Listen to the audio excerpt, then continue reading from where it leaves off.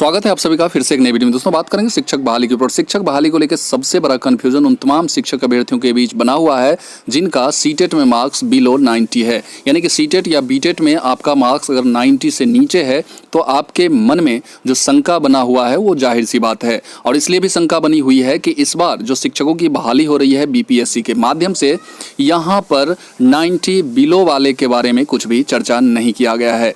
लेकिन एक चीज़ और भी है कि 90 बिलो के बारे में चर्चा नहीं की गई है तो 90 की भी चर्चा नहीं की गई है। ऐसा भी कहीं नहीं कहा गया है कि आपका 90 प्लस होना चाहिए। में सीधे तौर पे उनका जो विवरण किया गया है सीटेट के लिए, वो विवरण ये किया गया है कि सीटेट या बीटेट आपका होना चाहिए, ऐसा लिखा गया है। आज हम बात करेंगे जिनका भी मार्क्स 75 है, यानी कि कुछ ऐसे भी अभ्यर्थी हैं जो 75 मार्क्स लेके भी शिक्षक बहाली में शामिल होते आए हैं, और कुछ ऐसी महिला कैंडिडेट हैं जो जनरल की हैं, ईडब्ल्यूएस की हैं, और उनका मार्क्स 82 है, 82 प्लस है, यानी कि 90 बिलो है। 82 से 90 के बीच में उनका मार्क्स है, और वो शिक्षक बहाली में भाग लेंगे या नहीं, तो इसका जो साक्ष्य है वो मैं आपको दिखाने आया हूँ। और इस साक्ष्य को देखने के बाद आपका ये कन्फ्यूज़न तो दूर नहीं होगा, क्योंकि गवर्नमेंट की तरफ से, विभाग की तरफ से इसके लिए कोई साक्ष्य नहीं निकाला गया है।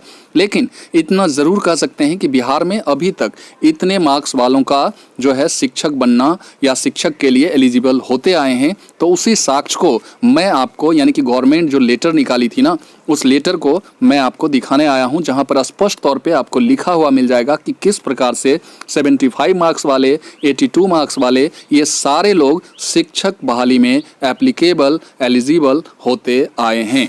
इसका मतलब ये हुआ कि अभी जो बहाली होगी इसमें भी आप सभी को मौका अवश्य मिलेगा।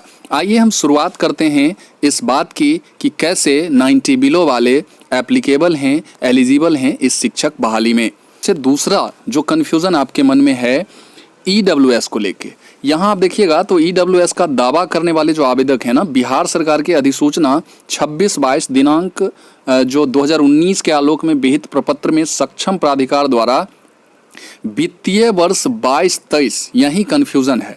यानी कि वित्तीय वर्ष 22-23 के आधार पर, और वित्तीय वर्ष 22-23 के आधार पर कहने का मतलब ये है कि 22-23 के आधार पर, यानी 22-23 में आपका इनकम ऑफ सोर्स जो है वो ईडब्ल्यूएस के लिए एलिजिबल होना चाहिए। यानी कि जो भी अर्निंग वगैरह, जो भी इनकम वगैरह ईडब्ल्यूएस के लिए होना चाहिए, जो भी आय आपका होना चाहिए, वो 22-23 का आधार मान के आपका ईडब्ल्यूएस बनेगा। इट्स मीन ये हुआ कि आपका ईडब्ल्यूएस भी जो बनेगा तो 22-23 आधार इनकम के लिए रहेगा, और वित्तीय वर्ष फाइनेंशियल ईयर 23-24 के लिए ही यह सर्टिफिकेट इशू होगा। तो अभी इस वर्ष आप अगर ईडब्ल्यूएस सर्टिफिकेट बनाए हैं तो आपका सर्टिफिकेट बिल्कुल वैलिड रहेगा। तो ये ईडब्ल्यूएस के बारे में था। लेकिन मैं जो आज बात करने आया हूँ वो है सीटेट में फेल, यानी कि कह सकते हैं कि सीटेट में आपका 90 बिलो मार्क्स है।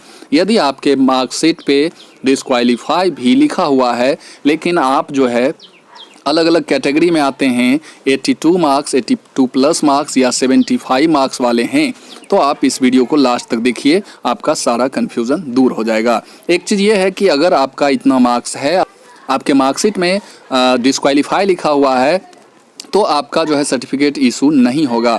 लेकिन बिहार सरकार जो वैलिड करती आई है, तो आपका काम सिर्फ और सिर्फ उस अंक पत्र यानी कि मार्कशीट से भी चल जाएगा, क्योंकि वहाँ पर सीटेट आपको सर्टिफिकेट इशू ही नहीं करती है, तो आप सर्टिफिकेट दिखाइएगा कहाँ से? तो आपका वो डिस्क्वालीफाई वाला ही जो मार्कशीट होगा ना, उससे आपका काम चल जाएगा।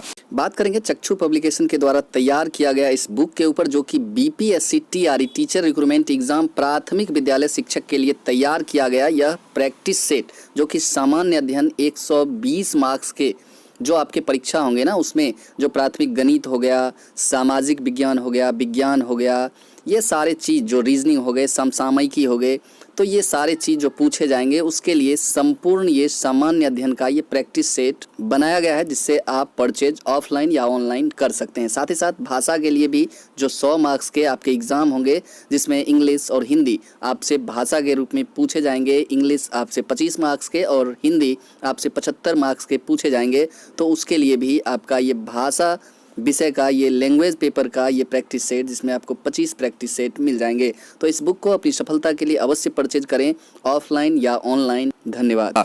आइए पूरी बात को हम पढ़ते हैं। यहाँ ये सूचना निकाली गई थी पिछली बहाली में, और वहाँ कहा गया था कि उपयुक्त सभी शैक्षणिक प्रशैक्षणिक योग्यता का मूल अंक पत्र जो है लाना अनिवार्य होगा। तो ये किंतु किसी योग्यता का मूल प्रमाण पत्र, अगर देखिए अब एक कन्फ्यूज़न ये भी है कि अगर आपके पास सर्टिफिकेट अवेलेबल नहीं है तो आप जो है औपबंधित यानी कि अपना प्रोविजनल सर्टिफिकेट भी लगा सकते हैं, और ये बिल्कुल 100% वैलिड है।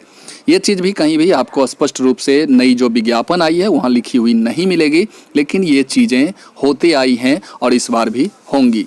तो इसीलिए मैं कह रहा हूँ कि जो बातें, कुछ बातें ऐसी हैं जो स्पष्ट नहीं भी किया गया है तो ये वैलिड होगा ही। बीटेट में सामान्य कोटि के अभ्यर्थियों की जो न्यूनतम जो प्रतिशत है वो 60%, और 60% मीन्स 90 मार्क्स। ठीक है, तो जो सामान्य कोटि के अभ्यर्थी हैं उन्हें 90 मार्क्स। तो सामान्य कोटि के लिए तो बात ही छोड़ दीजिए। आगे बढ़िएगा तो पिछड़ा वर्ग हो गया, अत्यंत पिछड़ा वर्ग यानी कि बीसी, ईबीसी, और सामान्य कोटि की साथ साथ जो महिलाएं हैं ना, उन्हें 55% अंक के आधार पर ही उत्तीर्ण घोषित किया गया है।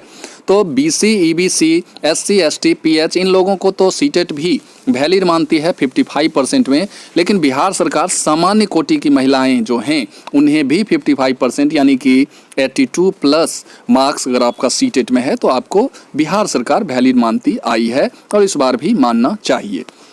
आगे बढ़िएगा तो एससी, एसटी वालों के लिए क्या है कि एससी, एसटी वालों को 50% में ही, और साथ ही साथ पीएच कैंडिडेट को 50% अगर सीटेट में आपका मार्क्स है, इट्स मीन यानी कि 75 मार्क्स अगर आप सीटेट में ला रहे हैं तो उनको बिहार सरकार वैलिड मानती है। आगे बढ़िएगा ना तो यहाँ आप देखिएगा कि इस प्रकार जो है अनुसूचित जाति और अनुसूचित जनजाति, एससी, एसटी और दिव्यांग कोटि के जो अभ्यर्थी हैं उनके लिए न्यूनतम 50% अंक प्राप्त किया जाना अनिवार्य है। तो आप समझ गए होंगे कि ये प्रावधान पहले से ही लागू है, और यह प्रावधान सीटेट के लिए भी लागू है। तो ऊपर जो उपयुक्त बात लिखी हुई थी वो बीटेट के लिए थी, और लास्ट में ये लोग एक लाइन जोड़ते हैं कि यह प्रावधान जो है सीटेट पर भी अप्लाई होगा।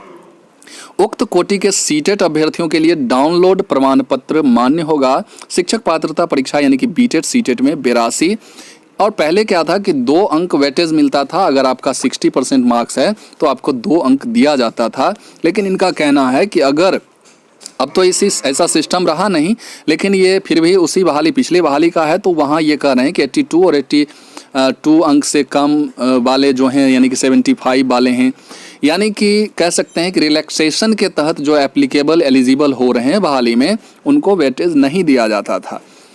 अब जो है काउंसलिंग के क्रम में ये सारी बातें हैं, तो ये आपको मूल प्रमाण पत्र वगैरह जमा करना होगा। और मान लीजिए जो सीटेट में रिलैक्सेशन के तहत एप्लीकेबल हैं, एलिजिबल हैं, तो उनको तो प्रमाण पत्र के रूप में कुछ भी उनके पास होगा नहीं, सिर्फ मार्कशीट होगा सीटेट या बीटेट का।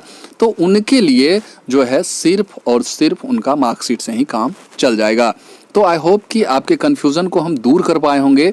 और हाँ, ये बात स्पष्ट है कि शिक्षा विभाग की तरफ से इस पर कोई भी स्पष्टीकरण नहीं दिया गया है, लेकिन आई थिंक कि आप लोग एप्लीकेबल होंगे, एलिजिबल होंगे इस बहाली में, इतने मार्क्स लाने वाले भी। तो इस वीडियो को यहीं समाप्त करते हैं और फिर मिलते हैं किसी नए वीडियो में नई एनर्जी के साथ। तब तक के लिए जय हिंद, वंदे मातरम।